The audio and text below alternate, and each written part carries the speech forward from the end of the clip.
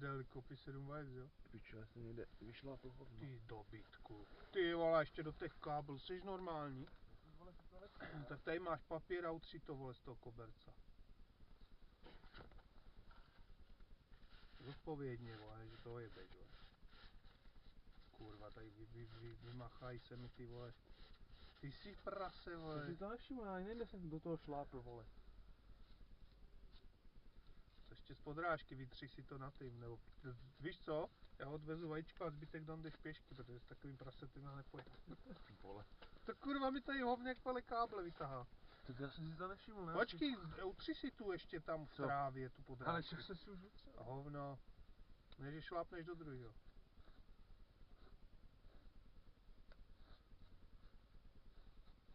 Kdyby tady bylo jedno jediný hovno v loďce, tak do něho grajdneš, no? Ty jsi jak v té Košicáme. A tebe je spolek.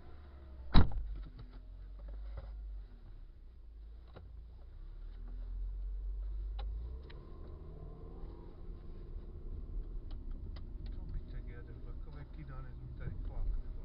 Jsem neviděl, no to.